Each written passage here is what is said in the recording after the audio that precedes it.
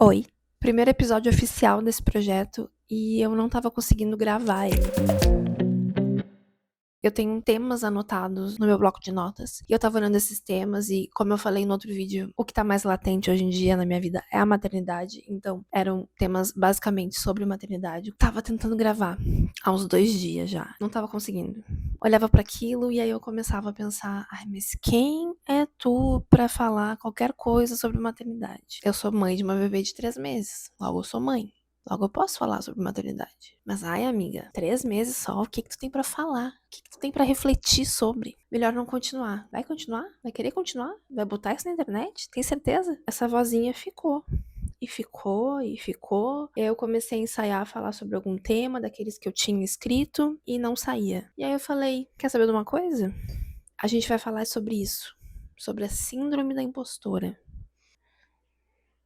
E aí eu resolvi trazer justamente esse meu momento de ansiedade / angústia, não sou capaz / vou fugir, pra dentro desse projeto. Vamos transformar então isso em conversa. E é isso que a gente vai fazer hoje. Pega teu cafezinho, teu chazinho e vem. Eu acho que também eu só insisti neste projeto porque o meu marido disse assim pra mim. Meu marido me apoia muito. Eu já tentei fazer vários conteúdos, maquiagem, moda, que são coisas que eu gosto muito, mas eu sempre acabo desistindo, né? Assim como eu falei no outro vídeo, já tentei ter blog, Instagram, TikTok, várias vezes, só YouTube que eu não tinha tentado. E meu marido sempre disse assim: o teu conteúdo é um conteúdo de reflexão, de opinião, pensamento. Apesar de concordar com ele, eu sempre tive medo de fazer esse tipo de conteúdo. Eu ainda continuo, mas é que eu tô querendo que o projeto seja muito maior que o meu medo. E dessa vez, quando eu falei, eu quero tentar voltar, fazer alguma coisa. Os dias sendo mãe, e os dias dando TT pra minha filha, eu fico aqui pensando.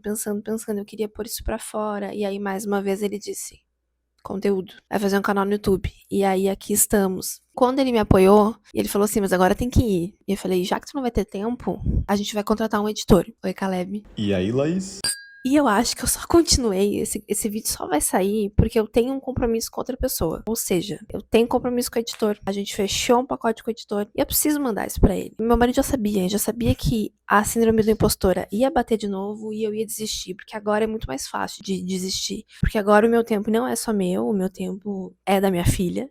Ela é a minha prioridade. Desistir é muito mais fácil. Muito mais fácil. Assim como eu falei no início do vídeo, este vídeo tava demorando muito pra sair. E mesmo quando eu resolvi trazer esse assunto como pauta, e hoje a minha mãe tá cuidando dela pra mim, lá no quarto, mesmo assim, ele quase não saiu. E eu acho que se eu não tivesse pessoas comigo, vamos dizer assim, nesse projeto, talvez ele não saísse. Essa foi a primeira coisa que me fez pensar em continuar. E a segunda foi essa, assim, de... poxa, mais uma vez? Quanta coisa a gente já deixou de fazer, de aceitar, pelo menos na minha vida, eu percebi que foi assim, porque eu achei que eu não era capaz, ou que eu não era capaz ainda. Diz aí, quantos cursos tu já comprou na tua vida?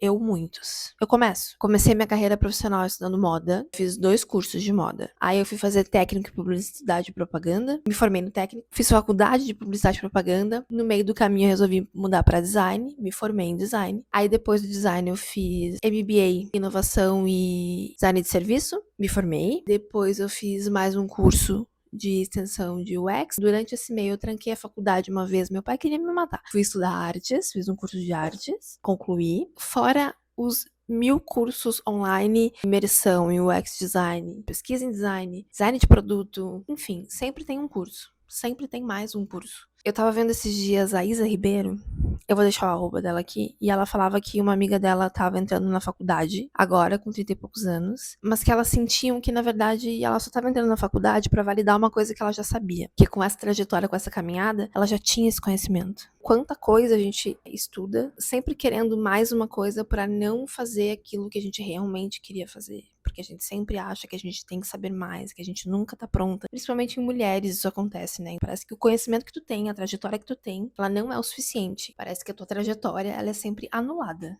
né? Sempre anulada. Uma vez uma amiga falou, por que tu não faz um curso sobre criatividade? Aí eu, quem sou eu na fila do pão pra falar sobre criatividade? Tava fazendo uma limpa aqui em casa, nos arquivos, eu tava olhando uma pasta da época da faculdade. e dos cursos. E aí eu fui começar a olhar tudo que eu já estudei dentro de publicidade e propaganda, design, moda. Como é que eu não sei falar sobre criatividade? Mas tu vier bater na minha porta e dizer assim, quer falar sobre criatividade amanhã? Eu vou dizer, não tenho capacidade. Eu só tô há quase 20 anos no mercado, mas eu não. De repente, quando me aposentar, eu posso falar sobre isso. Sabe? Por que eu não posso falar sobre determinado assunto? Por que eu não posso me candidatar para determinada vaga? Por que eu preciso de sempre mais um curso para validar? Eu não tô falando quando tu não sabe nada de um assunto. Eu tô falando quando, na verdade, aquela experiência ela já te permeia, tu já tá vivendo aquilo, tu já tem um conhecimento e mesmo assim tu acha que tu não é capaz de fazer as coisas. Ou de passar teu conhecimento pra frente, né? Dentro disso eu lembrei de outra coisa que eu tava lendo esses dias no Substack da Thaís Farage. Eu também vou deixar o arroba dela aqui. Ela tava falando sobre tu ter um projeto teu.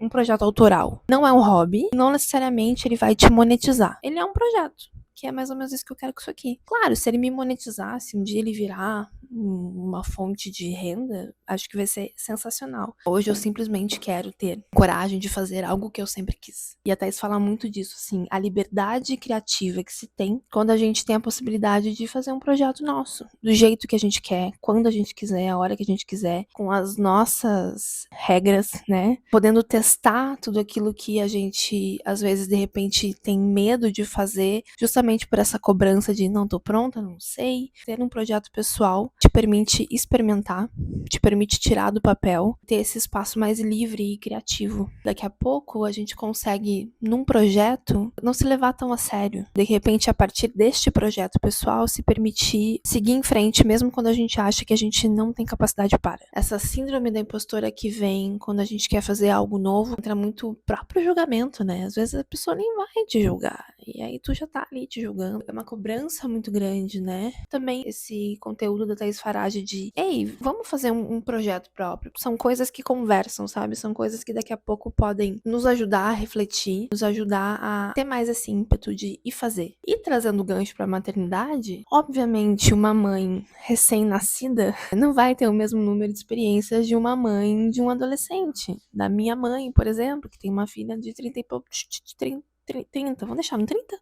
30 anos, entendeu? É claro, mas isso não anula a experiência que essa mãe já tem. Tu já é mãe. Desde o meu positivo, eu já me considerava mãe. Tanto que eu comemorei Dia das Mães grávida. Ah, não nasceu ainda, não sou mãe. Minha filha, quando deu positivo da farmácia, eu já falei, sou mãe. Quando veio, então, o beta-HCG, eu falei, mas sou mãe mesmo. Conforme o tempo foi passando, que eu estava me sentindo cada vez mais grávida, nossa, eu sou mãe com certeza. Eu já sentia que ali eu já tinha que fazer coisas por mim e pela minha filha. Tem muita coisa pra fazer na gestação, a gente tem muito exame. Tu já começa tendo que te privar de muitas coisas de comida na gestação. Então, isso já é um cuidado, isso já é ser mãe. Se tu é mãe de um RN, tu é mãe. Quando eu tava na maternidade, fui olhar a etiquetinha dela, do bracinho, e aí dizia assim, RN de Laís. Quando eu li RN de Laís, eu falei, ferrou, pra não dizer outra coisa. É literalmente toma que a filha é tua. Então, assim, se toma que a filha é tua, eu sou mãe. E se eu sou mãe, não importa se eu sou mãe gestante, se eu sou mãe há 1 mês, há 2 meses, eu tenho conhecimento. Eu tenho conhecimento daquilo que eu vivi.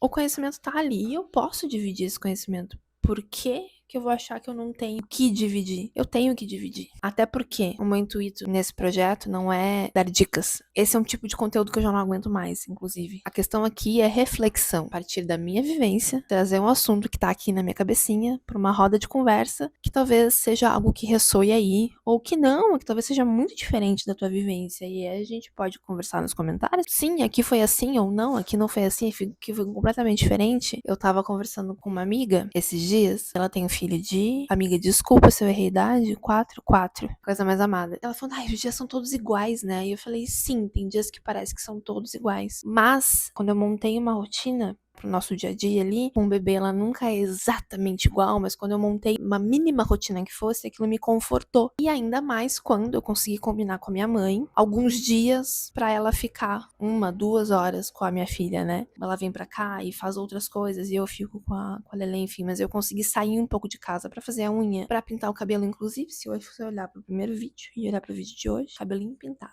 A mãe feliz. Isso mudou muito pra mim, né? Isso foi muito bom, assim. E aí a minha amiga tava falando, ai, pois é, O meu erro foi que eu demorei muito pra fazer isso. Cada maternidade é uma, porque cada vida é uma. A gente fala muito isso. Cada mãe tem a sua experiência, né? Mas na real, cada um de nós tem a sua experiência. A gente pode ser criado pelos mesmos pais e a gente vai ter experiências diferentes. A maneira como a gente viveu aquilo é diferente, né? A gente pode estar no mesmo emprego e a nossa experiência é diferente. Algumas coisas podem convergir, mas muitas outras podem divergir, porque somos seres únicos e diferentes. Como que a nossa experiência de maternidade não vai ser diferente? Ela pode ser muito diferente. E justamente por isso, ela é muito válida. E não importa se já é há 1 mês, ou há 3 meses, ou há 4, 5 anos. 4 anos. Quase certeza que é 4. 4 anos como a minha amiga, ou como a minha mãe, por exemplo, que já é mãe há 30 e poucos anos. E resumidamente, o vídeo de hoje é pra dizer que a gente tem que fazer mais e pensar um pouco menos. Se isso a gente convergir, vai. Se tu for assim, tiver essa síndrome da impostora, se tu achar que tu sempre precisa de mais alguma coisa, de mais algum curso pra ser validada, se tu achar que tu não tem a capacidade de falar sobre um tema só porque tu tem pouca vivência na área, qualquer vivência é uma vivência. A gente sempre vai compartilhar aquilo que a gente consegue compartilhar, né? E sempre vai ser válido pra alguém. Não importa pra quem. Pra alguém vai ser válido. E às vezes pode ser só válido pra ti tirar daqui. Ou pra ti sentir que, eu tentei. Eu consegui passar esse bife hoje que eu não sabia. Que eu achava que eu não podia. Que eu achava que eu não podia cozinhar. Ou eu consegui ir nessa entrevista que eu achei que eu não ia conseguir. Eu consegui criar um canal, escrever um artigo, enfim, que a gente possa pensar um pouco menos nessa situação e agir mais. E não deixar essa vozinha aqui que cobra muito. Às vezes bem mais do que os outros. Tomar conta e paralisar a gente, certo? Lembra de se inscrever no canal e ouvir a gente nas principais plataformas de áudio. Esse foi o que cabe no agora. Tchau.